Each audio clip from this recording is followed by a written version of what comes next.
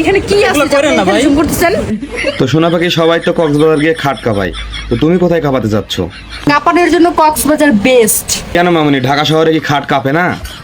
আমরা না আসলে এটা আমরা আমরা আমাদের রিএক্সেল করতেছি, আমরা ঠিক আছে? কাঁপাবো আমাদের কক্সবাজারে কোরিওগ্রাফার গিয়ে। আছে। ও আচ্ছা, তার মানে তোমরা বাসায় করো না নাকি? তুমি ভাষার কথা বললা। মামুনি বলতেই হলো বাসার কথা, তোর জন্য আর ভদ্র ভাষা আসতেছিল, তো সবকিছু শেষে বলতেছি তুই তো হিরো আলমের অসল মাল।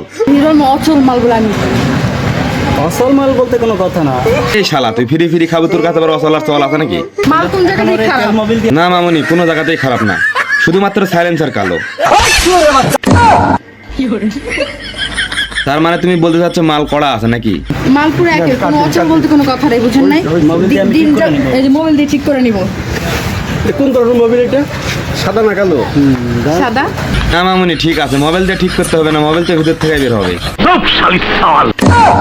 তো আচ্ছা যাই হোক, যে দুধের চা খাচ্ছেন এই দুধটা কার?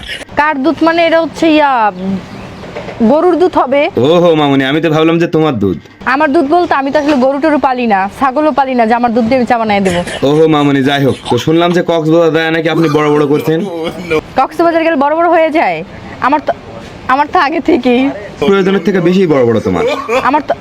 আমার তো আগে থেকেই আচ্ছা মামুনি, সবকিছু শেষে বুঝলাম যে তুই একটা 12 ভাতারি। একটা মেয়ের সব কিছু পারফেক্ট থাকতে হয়।